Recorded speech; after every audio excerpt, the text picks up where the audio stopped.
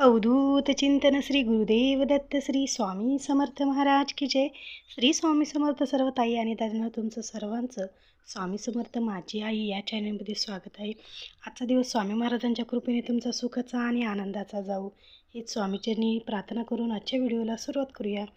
तर आजचा आपला व्हिडिओचा विषय असा आहे की बघा, बऱ्याच वेळेस काय होतं की जीवनात इतके संकट येतात की काय करावं काय नाही हेच समजत नसतं. तर त्याच्यासाठी आज हा छान असा दत्त महाराजांचा श्रोताचा एक छान असा उपाय मी आज तुम्हाला सांगणार आहे. तर त्याआधी चॅनलला नवीन असेल तर चॅनलला सबस्क्राईब करा, लाईक करा आणि शेअर करायला अजिबात विसरू नका. बघा, तर ती सेवा कोणती आहे, ती स्रोत कोणता आहे जेणेकरून आपल्या जीवनाचं कल्याण होणार आहे.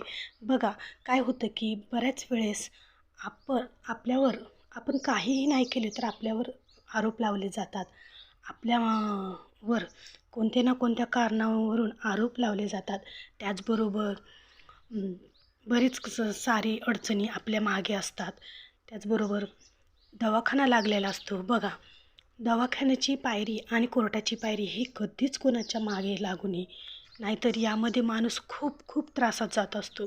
बघा, कोर्ट कचेरी असो, दवाखाना असो, असे जे काही आहेत, असे बऱ्याच प्रकारची संकटे आपले मागे लागोपाठ येत असतात. तर यातून बाहेर निघण्यासाठी अशा या दत्त महाराजांनी आपल्यासाठी, आपल्या भक्तांसाठी छान अशी एक सेवा सांगितलेली आहे.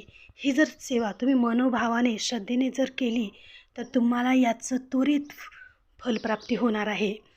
लवकरात लवकर याचं फळ तुम्हाला मिळणार आहे.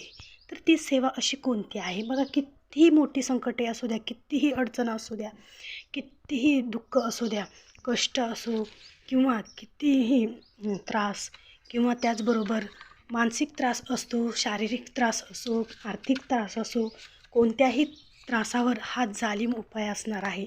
तो म्हणजेच मी तुम्हाला आज तो सांगणार आहे, तो म्हणजेच आपल्या घोर कष्टोद्धारण श्रोताचं. बघा, हा श्रोत बऱ्याच जणांना माहीत आहे. अघोर कष्टोद्धारण श्रोत हा खूप प्रभावशाली श्रोत आहे. या श्रोताचं पठण केल्याने जे काही आपले संकट जर आले असते, या अद्वितीय प्रभावी श्रोताचं जर पाठ श्रद्धायुक्त अंतकरणाने जर केला असता, सर्व संकट हे दूर होतं. बघा, याची कोल्हापूरचे जे टेंबे महाराज यांनी याची रचना केलेली आहे. एक दिवस काय झालं की त्यांच्या भक्ताने टेंबे महाराजांना म्हटलं की असं कोणत्या स्रोताचं पठण केल्याने सर्व संकट दूर होतील. त्यावर टेंबे महाराजांनी विचार केला आणि त्यांनी आपल्या जे काही त्रासामध्ये अडचणीत आहेत, तर त्यांचं संकट जे काय आलेलं आहे ते दूर कसं होईल त्यावर टेंबे महाराजांनी अघोर कष्टोद्धारण श्रोताची उत्पत्ती केली.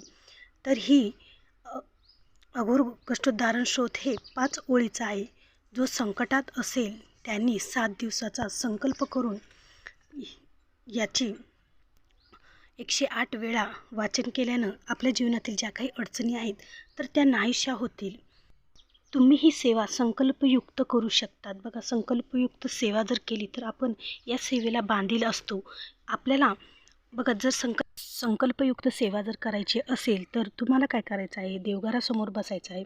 स्वामी महाराजांच्या मूर्तीसमोर किंवा फोटोसमोर असला पाहिजे. खाली आसन टाकायचं आणि 2 उदबत्त्या लावायच्या आणि तुम्हाला 108 वेळेस अघोर कष्टोद्धारण श्रोताचं पठण करायचं आहे.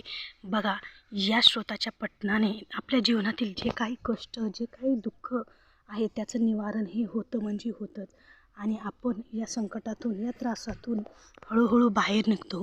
ही एकदम दत्त महाराजांची ही एकदम प्रभावी आणि साधी आणि सोपी, लवकरात लवकर होणारी ही श्रोताची सेवा आहे.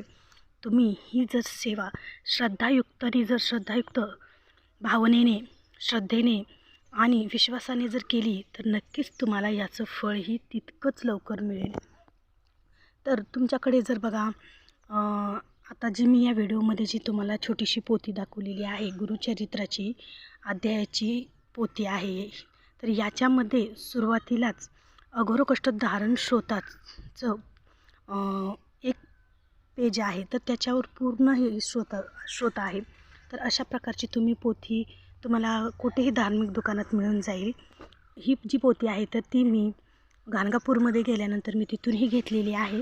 तर अशा प्रकारची ही तुम्ही पोथी गाणगापूरहून आणू शकतात किंवा धार्मिक दुकानात जर तुम्हाला कुठे मिळाली तर तुम्ही घेऊ शकतात, किंवा मोबाईलमधली स्क्रीनशॉट काढून तुम्ही त्याचे झेरॉक्ससुद्धा करून घेऊन तुम्हालाही वाचण्यासाठी, पठण करण्यासाठी एकदम सोपी जाणार आहे.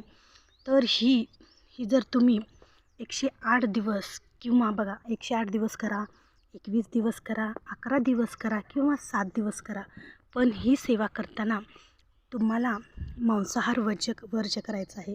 बघा, दत्त महाराजांची ही सेवा आहे. दत्त महाराजांची ही सेवा जितकी आपण नियमाने अटीने करचाल तेवढंच त्याचं फळही आपल्याला त्वरित मिळत असतं. त्यामुळे ही सेवा करताना तुम्हाला मांसाहार वर्ज्य करायचा आहे, कडकडीत मांसाहार वर्ज्य करायचा आहे. जेवढे दिवस तुम्ही ही सेवा करणार आहोत तेवढे दिवस तुम्हाला याचं पालन हे केलंच पाहिजे. त्याचबरोबर कितीही आपल्या जीवनात सतत चढउतार होत असतात. जर त्रासात असाल किंवा समजा आपलं विनाकारण आपल्यावर लागलेले आरोप म्हणा, विनाकारण आपल्या मागे दवाखाना लागतो, ज्यावेळेस डॉक्टर ही हात टेकवतात की आमच्याकडून प्रयत्न आमच्याकडून जेवढे होतात तेवढे आम्ही करतो, पण शेवटी डॉक्टरांचाही इलाज चलत नाही.